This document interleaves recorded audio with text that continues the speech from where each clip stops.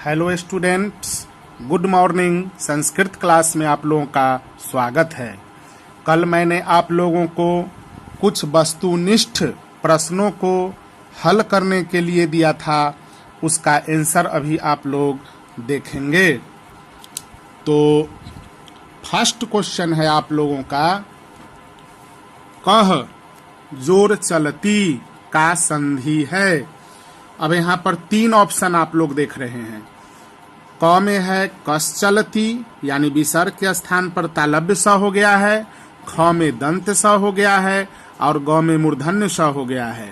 तो आप लोग जानते हैं कि विसर्ग के बाद च आने पर विसर्ग तालव्य स हलंत में बदल जाता है। तो आंसर हुआ आपका क। दूसरा क्वेश्चन है तिरस्कारः का संधि विच्छेद है। अब दंत स के स्थान पर विसर्ग होगा, तो क ऑप्शन है तीर जोरकारः, इसमें विसर्ग नहीं है। ख है तिरह जोरकारः, तो ख आंसर आपका सही है। फिर ग में है तीर जोर सकारः। तीसरा है क्वेश्चन पुत्रश्च में विसर्ग के स्थान पर होगा। अब पुत्रश्च में विसर्ग जो है वो तालव्य स के स्थान पर है, इसलिए विसर्ग के स्थान पर तालव्य स होगा। 4 नंबर क्वेश्चन है सत्व संधि का उदाहरण नहीं है।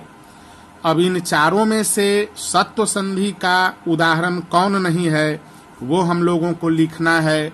तो पहला दिया है इसमें तरुणः जोर धावती। तरुणः जोर धावती का आंसर तरुणो धावती होगा। तो ये सत्व संधि का उदाहरण नहीं है, यानी क आंसर सही है। ख है निह जोर कलंक, यहाँ मूर्धन्य स बनेगा। ग में है कह जोर चित, तो यहाँ तालव्य स बनेगा। और घ में है कासह जोर थलह, तो कासह जोर थलह में दंत स बनेगा। इसलिए ये तीन सत्व संधि के उदाहरण हैं। 5 नंबर क्वेश्चन है नमस्करोति का संधि विच्छेद है। अब नमस्करोति का संधि विच्छेद इन चारों में से कौन है? तो आंसर होगा नमः जोर करोति। तो हम देखेंगे ऑप्शन नंबर ख, ये सही है। फिर है 6 नंबर मुखाद मृतम किस संधि का उदाहरण है।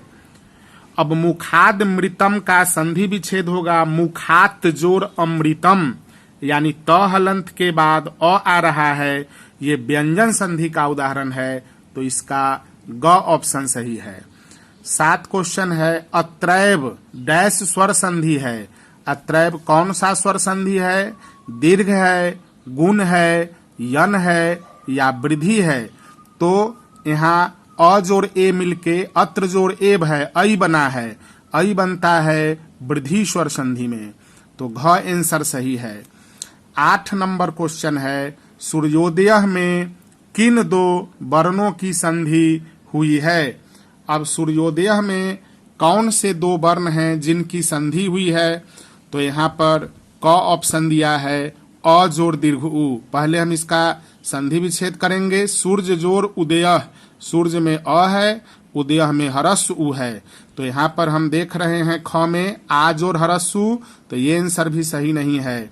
और ग में दिया हुआ है अ जोर हरस्व उ, सूर्य जोर उदय, तो ये ग ऑप्शन सही है। फिर घ में है अ जोर ओ, तो ये आंसर भी सही नहीं है। 9 नंबर क्वेश्चन है वृद्धि संधि का उदाहरण है। क में दिया है सहसा जोर एव। अब वृद्धि संधि में ऐ और औ बनता है, तो सहसा जोर एव आ जोर ए से ऐ बनेगा, यानी क आंसर सही है। ख गंगा जोरी स है, यहाँ पर गंगेसह बनेगा, ए बनेगा, ये गुण संधि है। भोजोरनम भवनम आंसर होगा, ये अव बनता है तो अयादि संधि है। और परम जोर आत्मा में अ जोर आ मिल के आ बनता है, तो ये दीर्घ संधि का उदाहरण है। अब 10 नंबर क्वेश्चन है उत्व संधि का उदाहरण है। 4 ऑप्शन है। क में है मनः जोर च, ख में मनः जोर ज, ग में गम जोर गा और घ में निह जोर झर। उत्तो संधि में हरस्व उ विसर्ग के स्थान पर बनेगा और वही हरस्व उ उसके पूर्व अ से मिलकर ओ बनेगा। तो मनः जोर च में विसर्ग तालब श में बदलेगा, यहाँ उ नहीं बनेगा। मनः जोर जह में विसर्ग जो है हरस्व उ में बदलेगा, यानी हरस्व और मन का अ मिलकर मनो बन जाएगा। आंसर बनेगा मनोजह। तो उत्तो संधि का ख आंसर सही है। गम जोर गा में म हलंत के जगह पर अनुस्वार या अंग लिखा जाएगा। निह जोर झरह में र हलंत बनेगा जो झ के ऊपर चला जाएगा। तो इस प्रकार से हम लोग देखते हैं कि 10 क्वेश्चन का आंसर ख सही है। क्वेश्चन नंबर 11, इत्यस्मिन में इन दो वर्णों की संधि हुई है। संधि विच्छेद होगा इति जोर अस्मिन। तो इति जोर अस्मिन में ई और अ, तो यहाँ पर ख ऑप्शन सही है, ई जोर अ। अब 12 नंबर क्वेश्चन है, तोरली का उदाहरण है। तो तोरली है, इसका उदाहरण होता है जब त हलंत के बाद ल हलंत आता है। तो यहाँ पर ग ऑप्शन सही है। इसमें आप लोग उत जोर लेख देख रहे हैं। 13 नंबर क्वेश्चन है, व्यंजन संधि का उदाहरण नहीं है। अब इन चारों में से व्यंजन संधि का कौन सा उदाहरण नहीं है? तो व्यंजन संधि होने के लिए शर्त है कि या तो प्लस के पहले और बाद में दोनों व्यंजन हो, या कम से कम एक तरफ व्यंजन होना चाहिए। तो यहाँ पर व्यंजन संधि का उदाहरण नहीं है क्वेश्चन कहता है। तो वी जोर छेदह में 6 व्यंजन वर्ण है, तो ये सही है। नमः जोर नाथ में यहाँ पर हम देख रहे हैं न तो व्यंजन है, लेकिन यहाँ विसर्ग संधि का नियम आ रहा है। प्लस के पहले विसर्ग होने पर वो विसर्ग संधि, अगर बाद में व्यंजन हो भी लेकिन प्लस के पहले विसर्ग आ जाए, बाद वाले विसर्ग से कोई मतलब नहीं है। प्लस के पहले अगर विसर्ग हो तो वो विसर्ग संधि कहलाता है।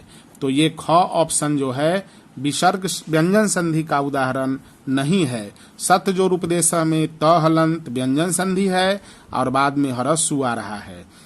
फिर उत जोर चारणम में दोनों तरफ व्यंजन वर्ण आ रहा है, इसलिए ये व्यंजन संधि का उदाहरण है। 14 नंबर क्वेश्चन है, निम्नलिखित में हरस्व ई जोर आ से बनेगा। अब हरस्व ई जोर आ से क्या बनेगा? तो या बनेगा। अब क में है, चूंकि ई का य हलंत बनता है, य हलंत में आ की मात्रा जोड़ने से य आकार या, तो ये ख आंसर सही है। 15 नंबर क्वेश्चन है, भो भवकार भो है, भो जोर अंति से बनेगा। तो भो का भव बनता है व हलंत में अ लगेगा तो पूरा व, भवंती, यानी ये भावंती है तो गलत है। भवंती में यहाँ दीर्घिकार है तो गलत है। भवंती भी गलत है। ये ऑप्शन नंबर घ सही है। तो आंसर बना भवंती। अब 16 नंबर क्वेश्चन है, हरिरेशह। हरिरेशह में विसर्ग के बाद कौन सा वर्ण आएगा?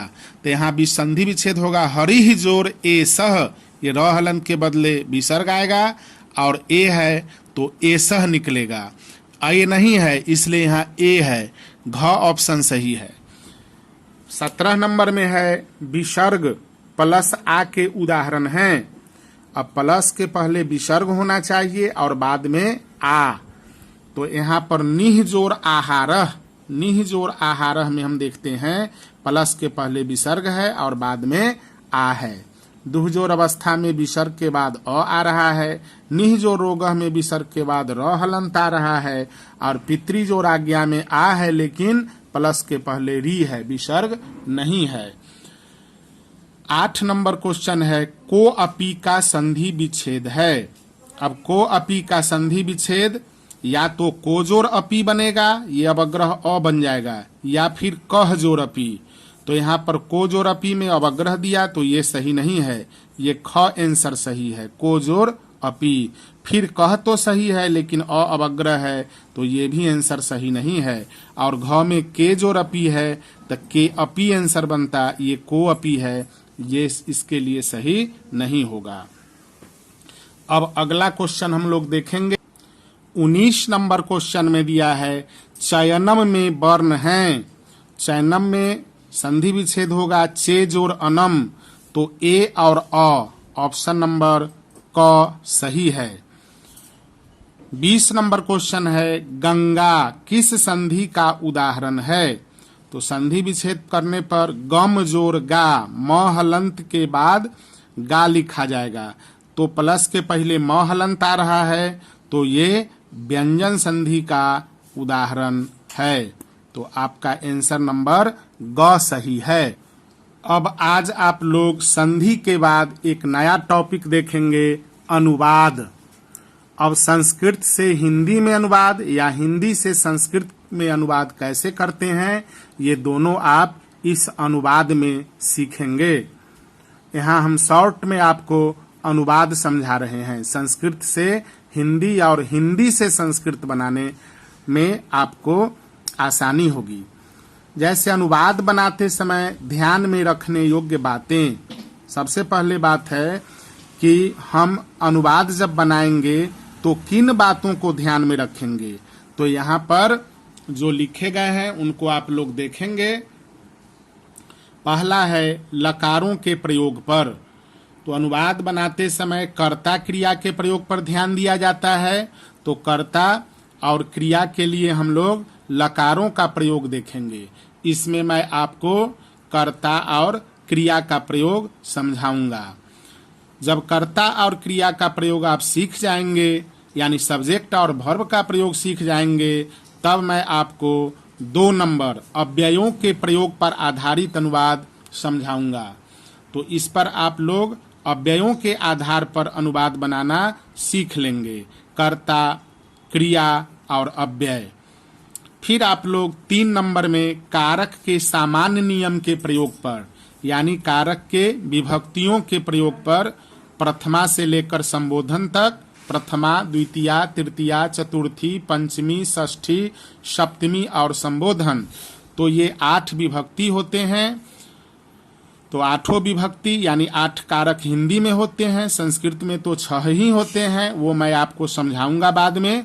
तो 8 हिंदी के विभक्तियों का यानी कारकों का प्रयोग कर्ता, कर्म, करण, संप्रदान, अपादान, संबंध, अधिकरण और संबोधन, तो इन कारक के सामान्य नियमों के प्रयोग पर मैं आपको अनुवाद बतलाऊंगा, यानी कारक के चिन्हों का प्रयोग। तब आप कर्ता, अव्यय, कारक के चिन्हों का प्रयोग एवं क्रिया पर आधारित अनुवाद बनाने लगेंगे। फिर आपको मैं 4 नंबर में संख्यावाची शब्दों के प्रयोग पर अनुवाद सिखलाऊंगा। तो ये भी एक प्रकार के शब्द रूप ही होते हैं संख्यावाची। तो संख्यावाची शब्द रूप का प्रयोग और उन पर आधारित अनुवाद आप लोग बनाएंगे। फिर 5 नंबर में विशेषण शब्दों के प्रयोग पर, यानी ये भी शब्द रूप होगा जो विशेष्य की विशेषता बतलाएगा। तो उन विशेषण शब्दों के प्रयोग पर, वो सार्वनामिक विशेषण भी हो सकते हैं या विशेषण भी हो सकते हैं, तो इस पर आप लोग अनुवाद बनाना सीखेंगे। 6 नंबर में उसके बाद आप लोग कारक के विशेष नियम, यानी कारक के चिन्ह पर आधारित न होकर उपपद विभक्तियों के प्रयोग पर आधारित अनुवाद बनाएंगे। 7 नंबर है प्रत्ययों के प्रयोग पर। जब 6 तक आप सीख लेंगे तो 7वां में प्रत्यय पढ़ेंगे और प्रत्यय के प्रयोग पर आधारित अनुवाद आप बनाएंगे। अब फर्स्ट देखेंगे हम लोग लकारों के प्रयोग पर। तो लकारों के प्रयोग पर अनुवाद बनाते समय क्या क्या ध्यान में रखना है आप लोगों को। तो लकारों के प्रयोग पर जब अनुवाद बनाएंगे तो लकार के मुख्य 5 भेद होते हैं। ऐसे तो 10 भेद होते हैं, लेकिन यहाँ पर आपको मुख्य 5 भेद बतलाए गए हैं। तो 10th क्लास तक आप लोग इसके मुख्य 5 भेद ही पढ़ेंगे। तो फर्स्ट में है लट लकार, वर्तमान काल। इसका पहचान होता है ता है, ते हैं, ती है या हैं। दूसरा है लंग लकार, तो लंग लकार में भी लट लकार के तरह 9 सूत्र होते हैं। तो 9 परस्मय पदी में और 9 आत्मने पदी में। लट लकार में भी 9 परस्मय पदी का सूत्र होता है और 9 आत्मने पदी सूत्र होते हैं। लंग लकार में भी 9 परस्मय पदी सूत्र होते हैं और 9 आत्मने पदी सूत्र होते हैं। तो पहले हम लोग परस्मय पदी सूत्रों को ही पढ़ेंगे। तो लंग लकार की पहचान क्या होगी? तो ये हिंदी में भूतकाल, अंग्रेजी में पास्ट टेंस, पहचान में था थे थी यानी आ ए ई, जैसे गया गए गई, पढ़ा पढ़े पढ़ी, उसने पढ़ा, उन दोनों ने पढ़ा, उन सब ने पढ़ा, इस तरह का सेंटेंस रहेगा। तो पढ़ा पढ़े पढ़ी, गया गए गई, लिखा लिखे लिखी, ईटीसी। लिरिट लकार को हिंदी में भविष्यत काल कहते हैं और अंग्रेजी में फ्यूचर टेंस। तो इसकी पहचान होती है गा गे गी, यानी क्रिया में गागे गी रहेगा, जैसे पढ़ेगा, लिखेगा, खाएगा, जाएगा इत्यादि। 4 नंबर है लोट लकार। लोट लकार का प्रयोग आज्ञा सूचक वाक्य यानी इंपरेटिव सेंटेंस, आदर सूचक वाक्य, रेस्पेक्टिव सेंटेंस या इच्छा बोधक वाक्य, ऑप्टेटिव सेंटेंस। तो इनमें लोट लकार के सूत्रों का प्रयोग होगा। प्रत्येक लकार में 9 सूत्र होते हैं। 5 नंबर है आपका विधि लिंग लकार। तो विधि लिंग लकार का प्रयोग चाहिए या योग्य अर्थ में, यानी पढ़ना चाहिए या पढ़ने योग्य। इस किताब को पढ़ना चाहिए, चाहे यह किताब पढ़ने योग्य है, तो चाहिए और योग्य अर्थ में प्रयोग होगा। लड़का को जाना चाहिए, चाहे लड़का जाने योग्य है, तब हम विधि लिंग के या विधि लिंग लकार के सूत्रों का प्रयोग करेंगे। यहाँ नोट देकर लिखा हुआ है कि प्रत्येक लकारों के परस्मय पदी एवं आत्मने पदी सूत्र होते हैं। यानी परस्मय पद में प्रत्येक लकारों के 9 सूत्र होते हैं, तो 9 पचे 45 सूत्र होगा, और आत्मने पद में भी आपको 9 पचे 45 सूत्र होगा। यानी एक लकार के 9 सूत्र होते हैं, तो यहाँ 5 लकार हैं, पांचों लकार के 45 सूत्र परस्मय पद और आत्मने पद में होंगे।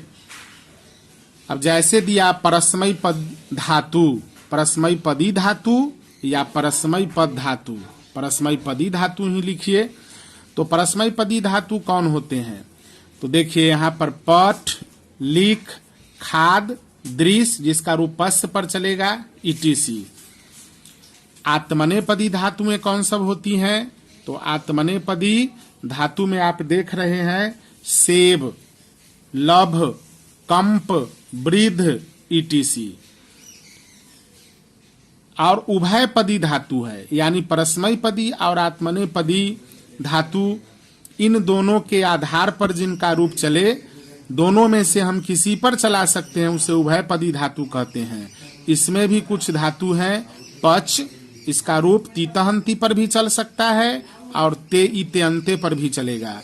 यानी लट लकार के प्रथम पुरुष में पचती पचतः पचंती भी लिख सकते हैं, और आत्मने पदी धातु का सूत्र अगर हम लगाएंगे लट लकार में, तो ते इते अंते यानी पचते पचेते पचंते भी लिख सकते हैं।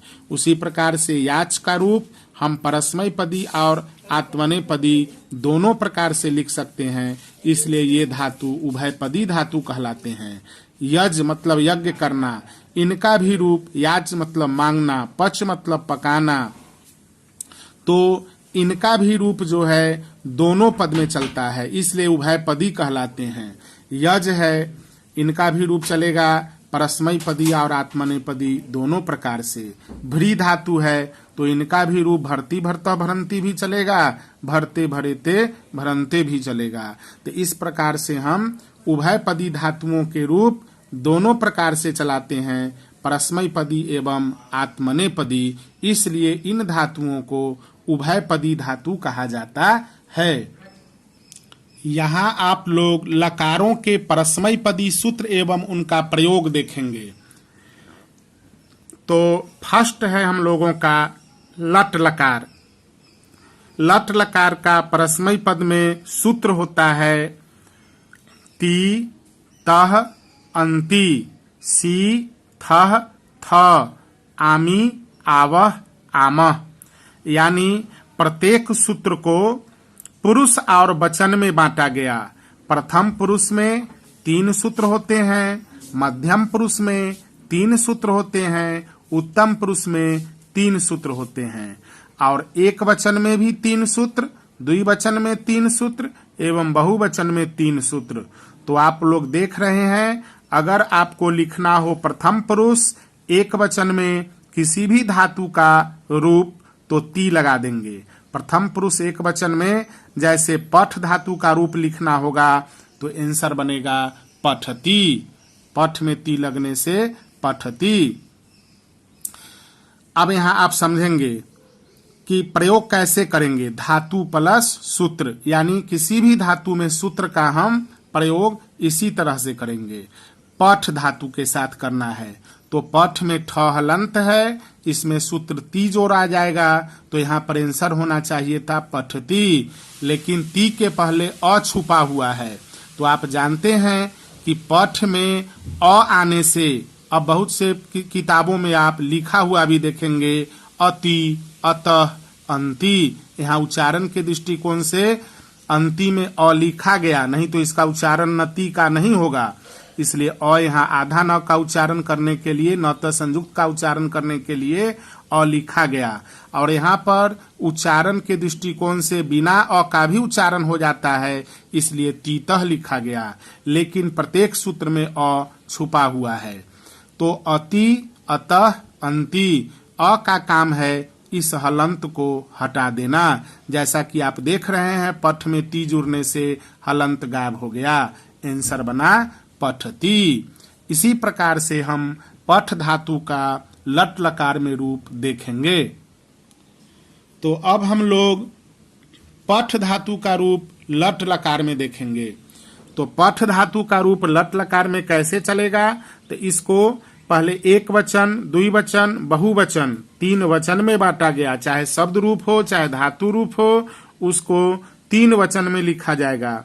और 3 पुरुष है, प्रथम पुरुष, मध्यम पुरुष, उत्तम पुरुष। यहाँ प्र लिखा हुआ है शॉर्ट में, प्रथम को प्र लिख के 0, यानी प्रपु से प्रथम पुरुष, मपु से मध्यम पुरुष, उपु से उत्तम पुरुष।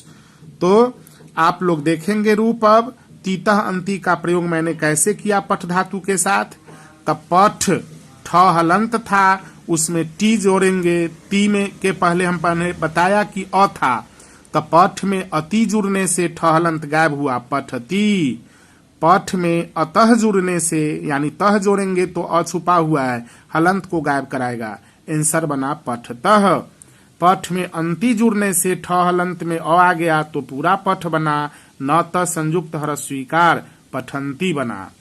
फिर सीथ थ में भी अ छुपा हुआ, यानी असी अथ अथ, वो अ जो है ये पठ के हलंत को गायब कराएगा, तो आंसर बनेगा पठसी, पठथ, पठथ।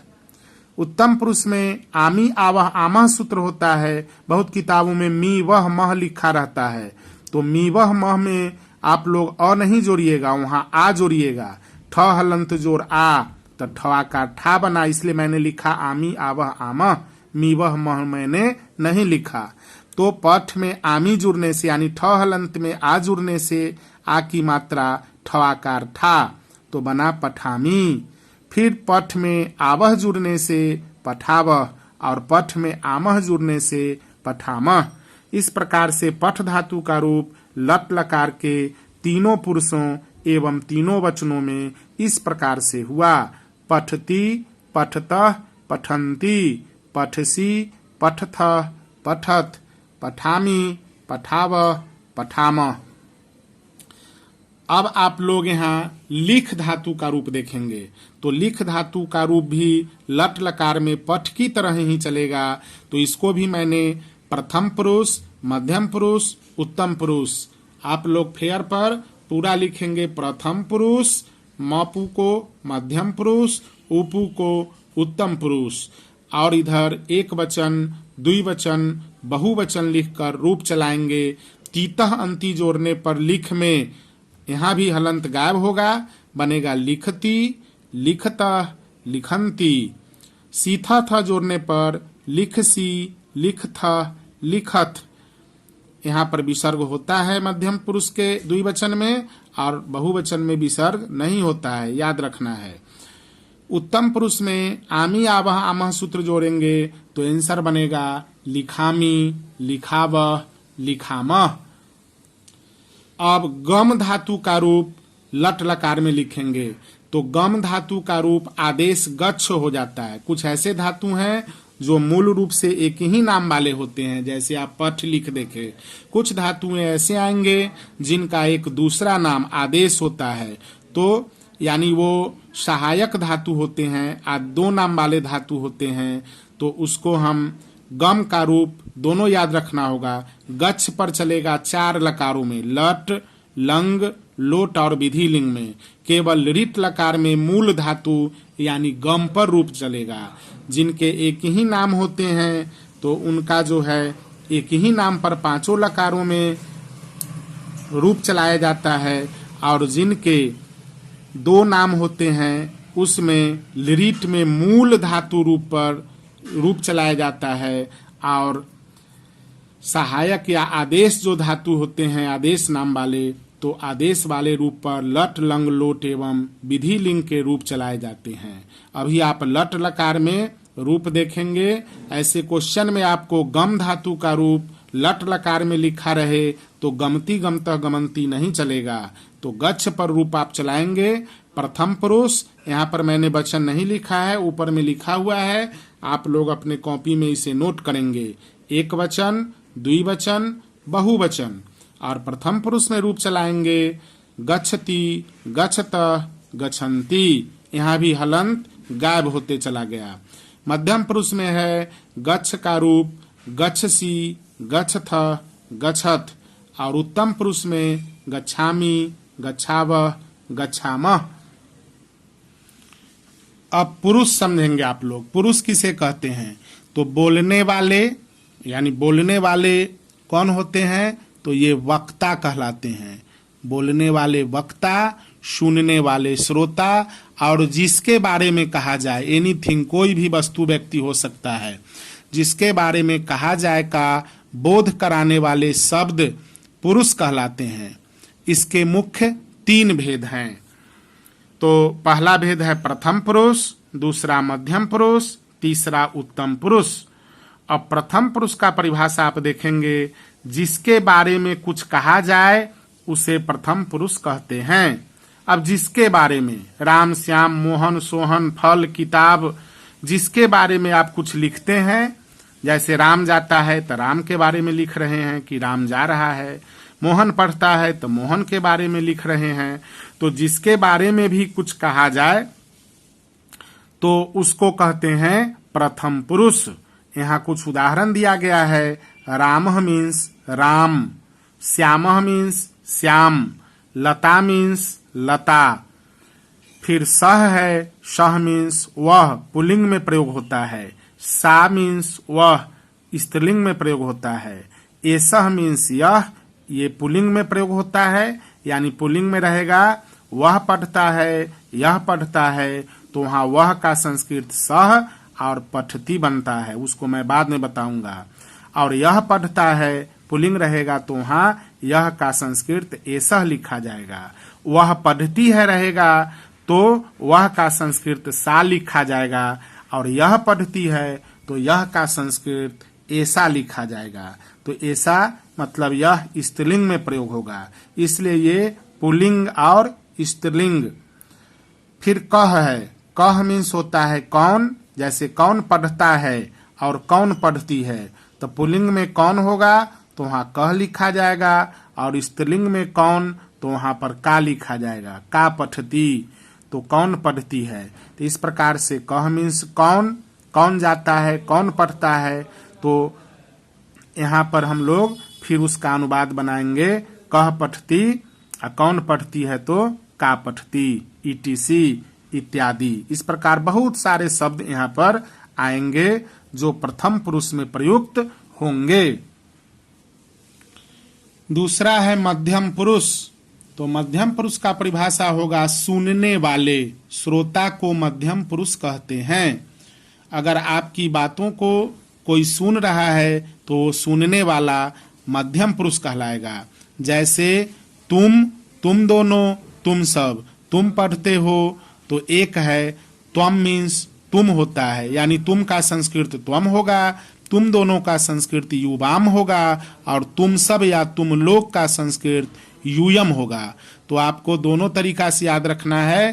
त्वम मीन्स तुम होता है, युवाम मीन्स तुम दोनों होता है और यूयम मीन्स तुम सब या तुम लोग होगा। फिर 3 नंबर में दिया है उत्तम पुरुष। तो उत्तम पुरुष में बोलने वाले, वक्ता को उत्तम पुरुष कहते हैं। जो बोलने वाला होता है वो वक्ता कहलाता है। तो वक्ता को हम लोग उत्तम पुरुष कहते हैं।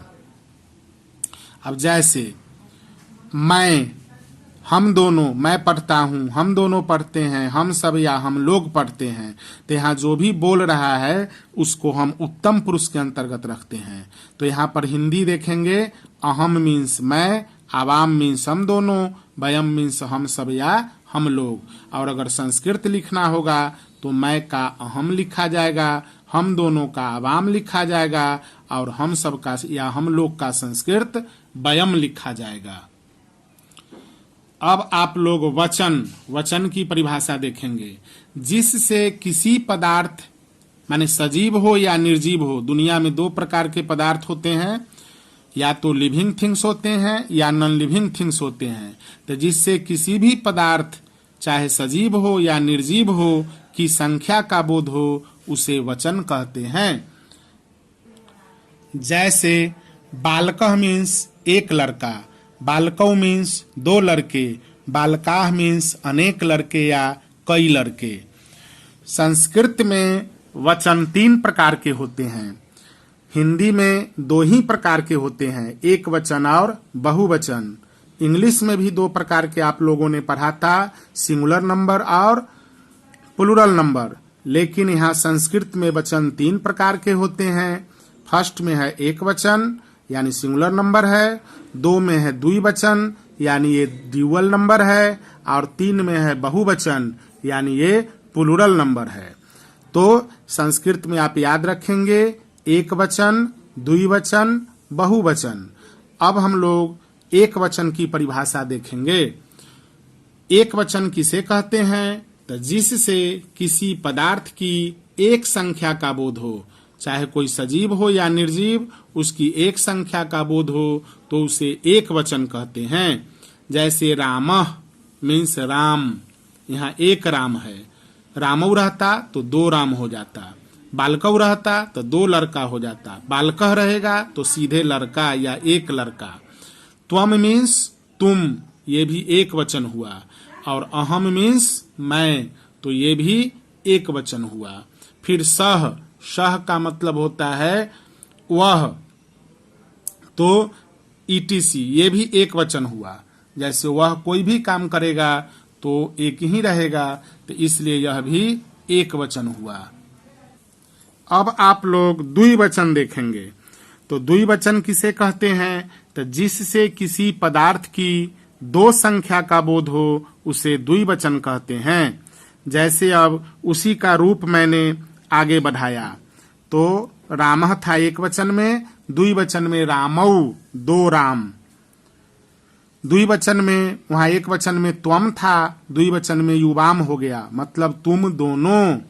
बहुवचन में द्विवचन में आवाम हुआ, वहां एक वचन में अहम था, तो यहाँ पर आवाम का अर्थ हुआ हम दोनों। और एक वचन में सह था तो द्विवचन में तौ हुआ, तौ का हो गया वे दोनों, ईटीसी यानी इत्यादि। और भी यहाँ पर द्विवचन में अनेकों शब्द या पद आ सकते हैं। तीसरा नंबर है बहुवचन। बहुवचन किसे कहते हैं? तो जिससे किसी पदार्थ की 3 या 3 से अधिक संख्या का बोध हो। हम ये भी कह सकते हैं जिससे किसी पदार्थ की 2 से अधिक संख्या का बोध हो, यानी 2 तो द्विवचन होगा, लेकिन 2 से अधिक जैसे ही होगा वो बहुवचन कहलाएगा। तो दोनों टाइप का परिभाषा हो सकता है कि जिससे किसी पदार्थ की 3 या 3 से अधिक संख्या का बोध हो उसे बहुवचन कहते हैं, या फिर जिससे किसी पदार्थ की 2 से अधिक संख्या का बोध हो उसे बहुवचन कहते हैं।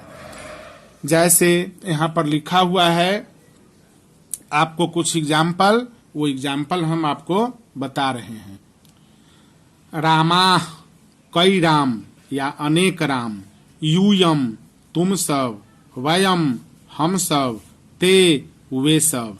यानी जो भी मैंने प्रथम एक वचन में जो लिया था उसका फिर द्विवचन में आगे बढ़ाया था, यानी रामः रामौ, तो ये बहुवचन में रामा। वहां दोनों जगह आप लोगों ने देखा त्वम युवाम, तो यहाँ हो गया यूयम।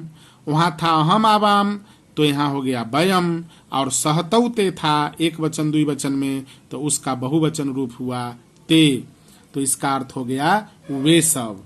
तो इत्यादि ये बहुवचन के अंतर्गत आएंगे। अब हम लोग कुछ प्रश्नों को देखेंगे, कुछ वस्तुनिष्ठ प्रश्न देखेंगे। तो उन वस्तुनिष्ठ प्रश्नों को आप लोग बनाएंगे, फिर इसका आंसर अगले वीडियो में आप लोगों को मैं बतलाऊंगा।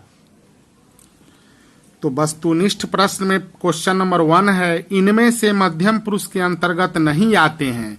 यानी 3 इसमें से मध्यम पुरुष के अंतर्गत आएंगे और 1 मध्यम पुरुष के अंतर्गत नहीं आएंगे। क्वेश्चन नंबर 2 है, आवाम डैश पुरुष के रूप हैं, और इसमें 3 दिया गया है ऑप्शन, तीनों में से एक सही है। क्वेश्चन नंबर 3 है, द्विवचन के रूप हैं। अब इन चारों में से द्विवचन के एक ही रूप हैं। क्वेश्चन नंबर 4 है, पठ धातु प्रथम पुरुष के रूप हैं।